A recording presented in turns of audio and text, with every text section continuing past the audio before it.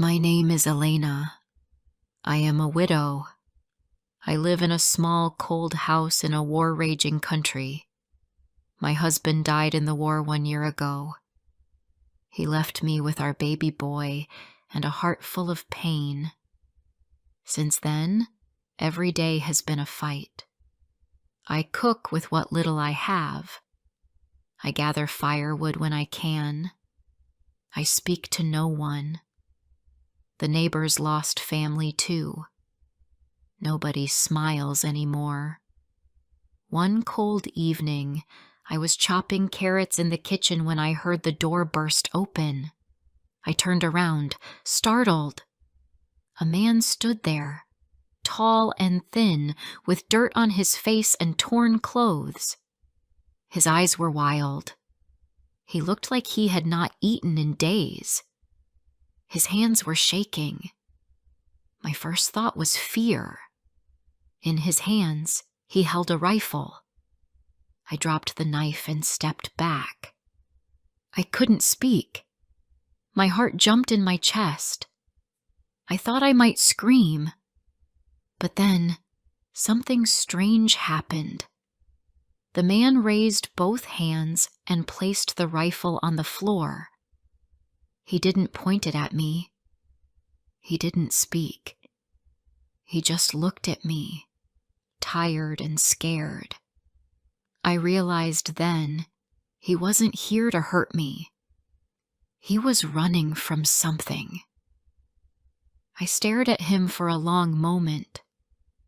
My eyes went to the rifle. I pointed at it. I wanted it far away from me. He understood. He picked it up slowly and walked to the corner of the room. He placed it gently on a wooden table near the wall. Then he stepped back. He said in a soft voice, "I mean no harm. Please. Just food." I said nothing, but I did not scream. I could see the truth now. He was a soldier, or at least he used to be, but he had no uniform. He looked like a deserter. My husband had worn a uniform too. He never came back. I hated war. I hated soldiers. But this man looked broken. He had the eyes of someone who had seen too much. I should have told him to leave. I should have said, "Get out." But I didn't. My heart burned with grief. And maybe that pain made room for kindness. I gave him a quiet nod and turned toward the pot on the fire. I added more water and more potatoes.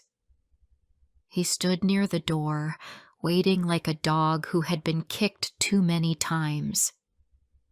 I didn't ask his name. I didn't want to know. I just gave him a bowl and a spoon. He sat on the floor and ate slowly, like he hadn't tasted warm food in days. When he finished, he looked up. "Thank you," he said. His voice was low and hoarse. "Do you have a barn or a shed?" I didn't answer right away. Then I pointed to the back door. "There's a small shed. You can stay there for 1 night. But tomorrow, you go." He nodded. "I understand." I gave him a blanket. Then I looked through the chest where I kept my husband's old clothes.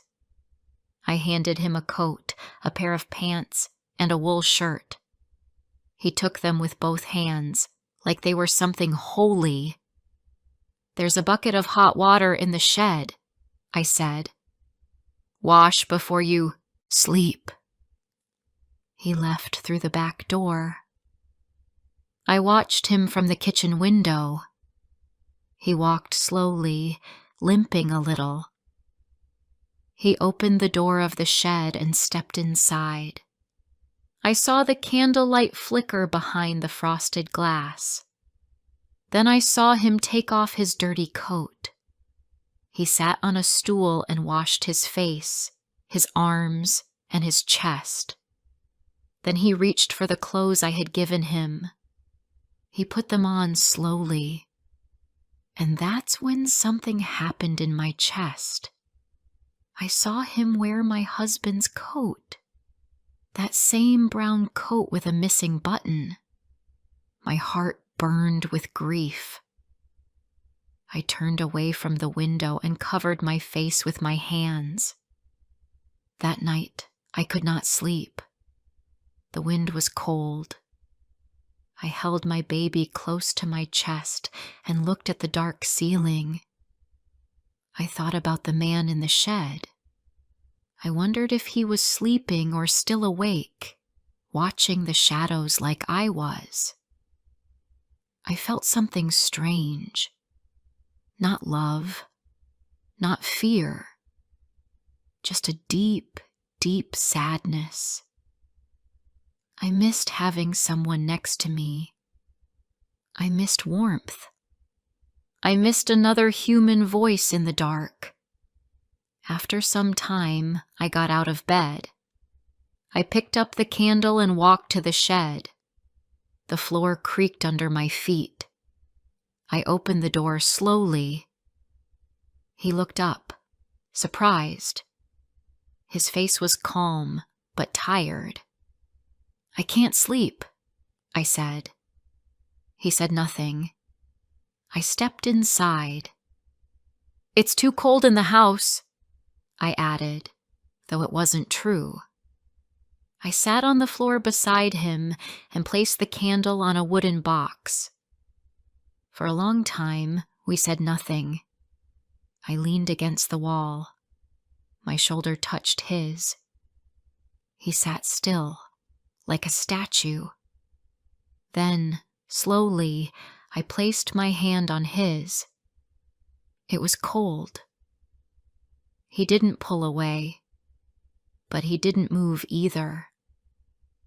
I looked at his face. He stared at the floor. I leaned my head on his shoulder. My eyes filled with tears. I didn't want to speak. I didn't want comfort. I just wanted not to be alone.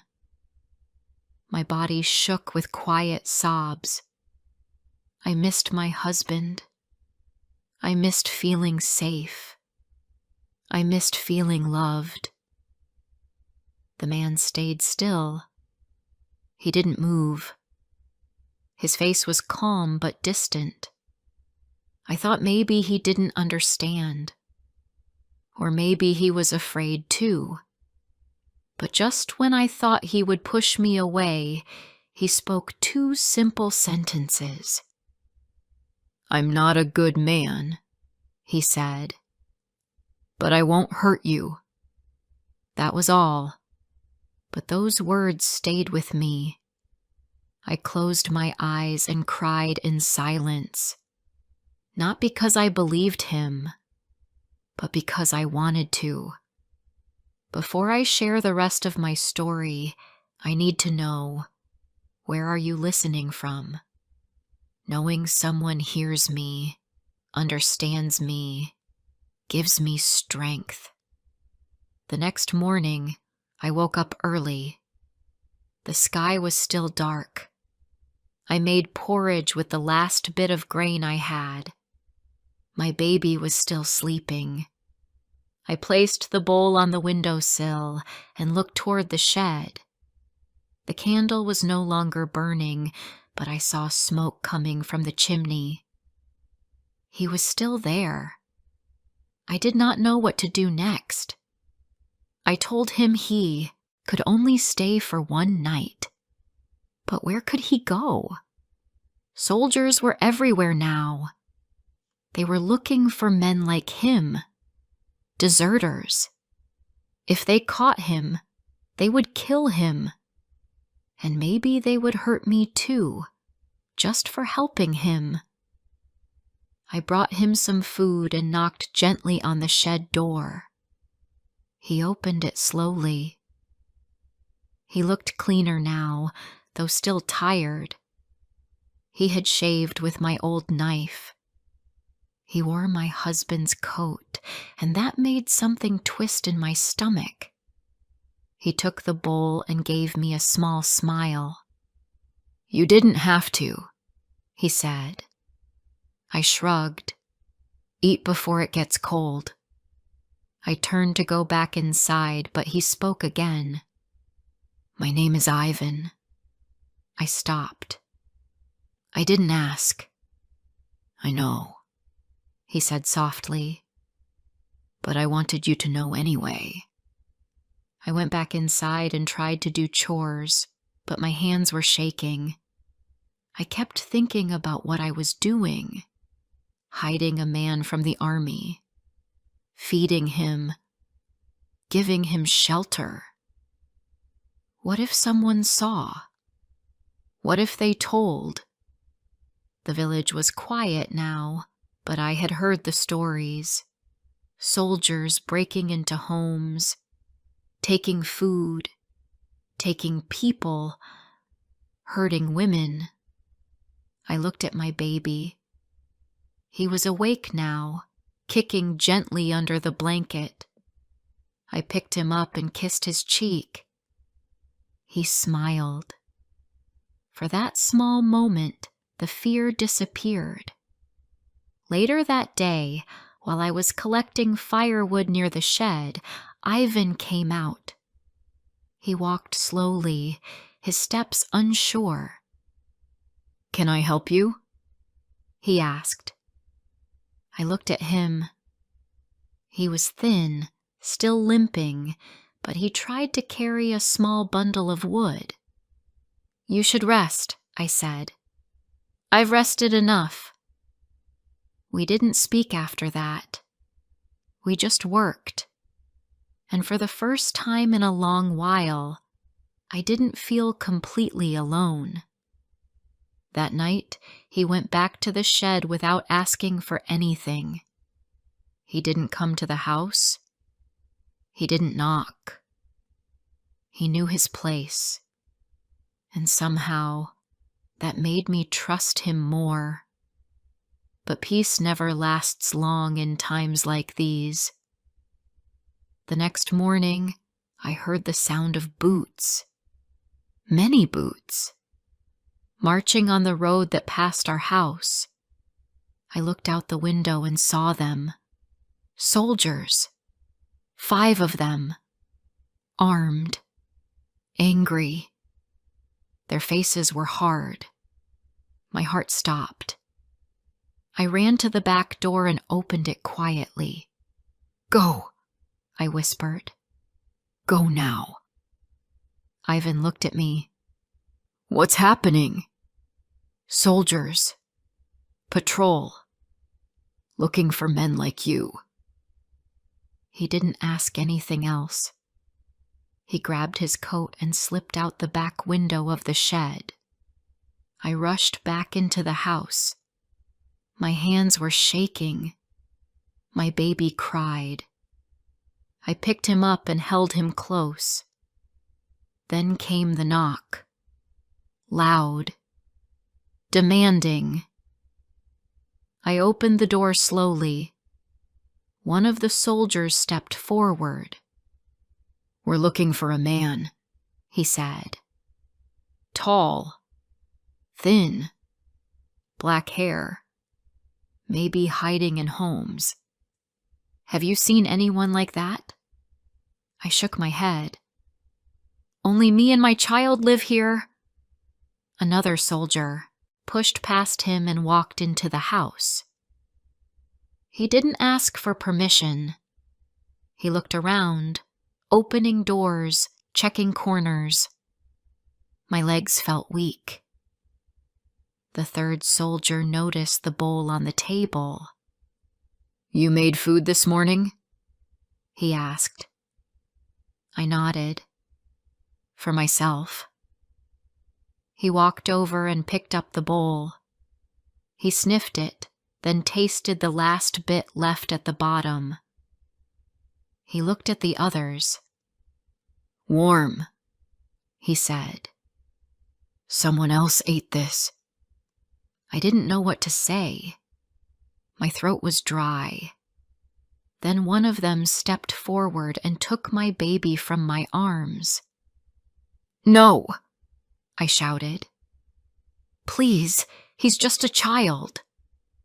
But they didn't care. They carried him outside and placed him on the frozen ground. He was naked, crying, shivering. I screamed. One of the soldiers looked at me with cold eyes. "Tell us where the man is, or your baby dies." My legs gave out. I fell to my knees. My heart broke in that moment. I couldn't lose my child. I couldn't watch him die. "There's no man," I said, "but I have food hidden in the cellar. Please, just take it. Let my baby live." They dragged me to the cellar door. I opened it and showed them sacks of potatoes, some dried meat, and jars of pickled vegetables. They took everything. They didn't thank me. They didn't speak. I ran back outside and picked up my baby. He was still crying, but he was alive. I wrapped him in a blanket and held him close. One soldier watched us. He didn't look angry like the others. His eyes were softer. He reached into his bag and pulled out a wool coat. He placed it over my baby without saying a word. Then he turned and walked back toward the others. I looked up at him, and for a second I saw something human, something kind. But it wasn't over. Two of the soldiers stayed behind. They grabbed my arm. "There's more here. You're hiding something else," one of them said. "No, I swear," I cried. "You took everything." "Not everything," he said with a cruel smile. They dragged me back into the house. My baby cried in my arms. I was screaming. I thought it was the end. What they didn't know was that Ivan hadn't run far. He had hidden just beyond the trees. He heard everything. He saw what they did. And he didn't run. Not this time. As the soldiers pulled me inside, the front door slammed open. Ivan stood there, breathing hard, holding an axe in both hands. He didn't wait. He swung once. The first soldier fell. The second turned, pulling out his rifle, but Ivan didn't stop. He hit again, harder. The room was filled with noise, with panic. Blood. Then silence. I stood there, frozen, still holding my baby. Ivan looked at me. His eyes were dark, wild, but full of fire. Then we heard footsteps. One more soldier outside. The one who had given my baby the coat. Ivan grabbed the rifle from the floor. He pointed it at the door, ready to kill again. But when the last soldier entered, he raised his hands. He didn't pull his gun. He looked at the scene, then at me, then at the baby. He dropped his own weapon and stepped back. Ivan lowered the gun. Nobody spoke. For a long moment, we just stood there, breathing, alive. I sat on the floor, holding my baby, my arms still shaking. The fire crackled in the corner, the only sound in the room. The two soldiers lay motionless. Even stood near the door, watching the last soldier, the one who had spared us, the one who had not lifted his weapon. For a long time, nobody said a word. The soldier's hands were still in the air. His eyes looked at me, then at Ivan. "I won't say anything," he said, his voice low and unsure. "I didn't come here to kill anyone." Ivan didn't move. He kept the rifle close to his chest. I stood slowly. "He saved my baby," I whispered. "Let him go." Ivan looked at me. I didn't know what he would choose. He had blood on his hands now. There was no going back. But he nodded once.